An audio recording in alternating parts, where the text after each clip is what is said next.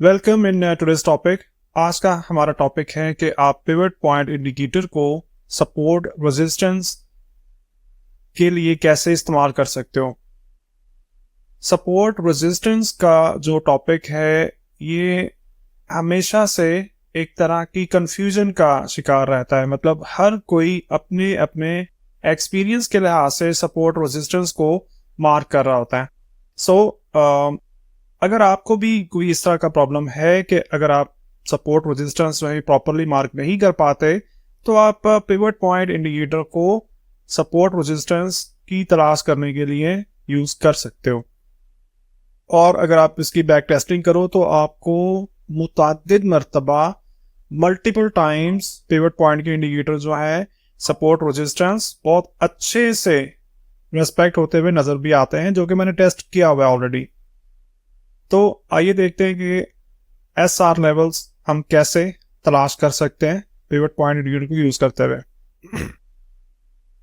आपके सामने यहाँ पे शो हो रहा है कि आप जब भी पिवट पॉइंट इंडिकेटर इंस्टॉल करते हो तो आपके पास 7 तरह की लाइनें आ रही होती हैं।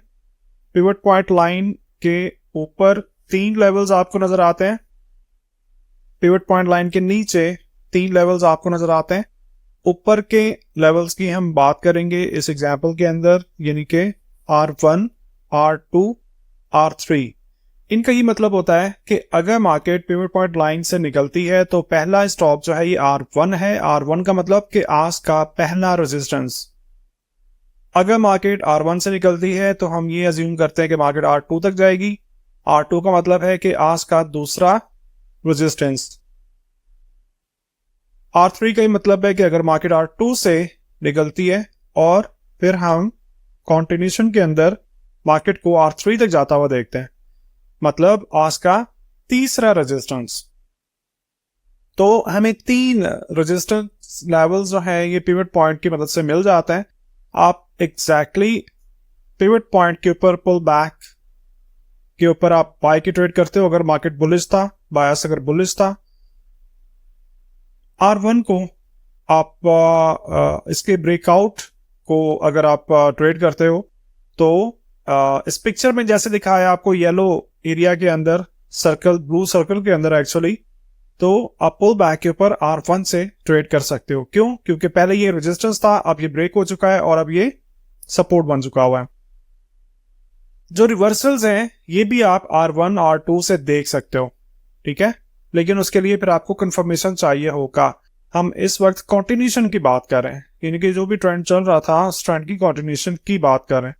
तो ऐसे ही आप R2 से पुल बैक के ऊपर ट्रेड कर सकते हो और ऐसे ही R3 से भी पुल बैक के ऊपर आप कॉन्टिन्यूशन को ट्रेड कर सकते हो।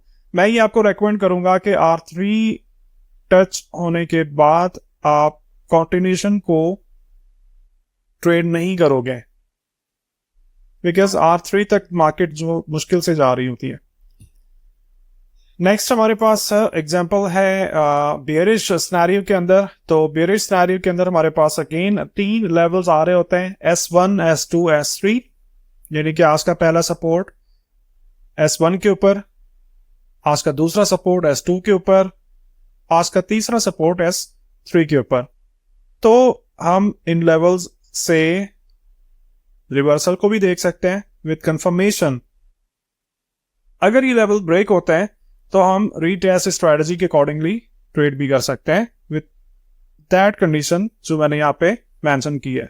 इन सर्कल्स के अंदर आप देखें तो मार्केट पिवट पॉइंट के ऊपर आती है, आप सेल की ट्रेड करोगे अगर बेयरिश पास था। S1 ब्रेक होने के बाद आप यहाँ से कॉन्टिन्यूशन को ट्रेड करते हो। पुल बैक पर अगेन S2 के ब्रेकआउट होने के बाद आप पुल बैक पे वापस सेल करोगे और अगेन S3 के ऊपर। और मैं इस पॉइंट को रिपीट करूंगा कि S3 के बाद आप कॉन्टिन्यूशन को ट्रेड ना करो तो ज्यादा बेहतर है।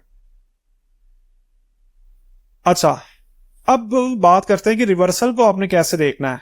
चूंकि पिवट पॉइंट के ये तमाम लेवल्स जो है ये बेहतरीन सपोर्ट और रेजिस्टेंस का काम कर रहे होते हैं, तो अगर आपको S1 से रिवर्सल नजर आए तो आप रिवर्सल ट्रेड कर सकते हो। अगर S2 से रिवर्सल नजर आए, ये कैसे नजर आएगा आपको? तो यहाँ पे ब्लू लाइन के अंदर मैंने इसको मेंशन किया कि मार्केट जो है S2 के ऊपर आकर पिछला जो स्विंग हाई होगा उसको ब्रेक कर दे और उसके बाद पुल बैक दे, S2 के ऊपर ही वापस पुल बैक दे, पिछला लो ब्रेक ना कर पाए। अगर आप इस येलो सर्कल को विद ब्लू मार्कर जो सर्कल मार्क किया हुआ है S2 लाइन के ऊपर गौर से देखें तो मार्केट ने पिछला लो ब्रेक नहीं किया, तो इसका ये मतलब है कि यहां से रिवर्सल की जो प्रोबेबिलिटीज है वो ज्यादा इंक्रीज हो चुकी है। सो आप यहां से बाय की ट्रेड करोगे और अगेन S1 तक आपका टेक प्रॉफिट, और अगर ऐसा ही हुआ S1 के ऊपर भी यही एक्टिविटी होती है तो S1 से आप वापस बाय की ट्रेड करोगे और take profit pivot point line के ऊपर।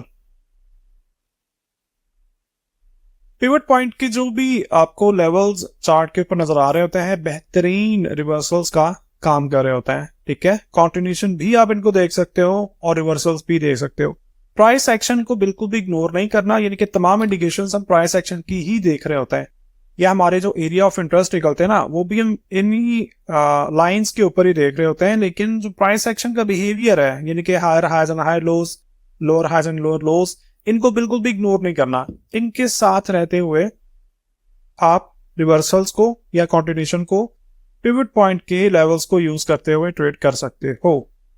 मैं उम्मीद करता हूँ कि आज का ये टॉपिक आपको अच्छा लगा होगा, आपकी इन्फॉर्मेशन भी इजाफा हुआ होगा। तो चलते हैं एक नए टॉपिक में, नेक्स्ट मुलाकात होती है। थैंक यू वेरी मच, अल्लाह हाफ़िज़।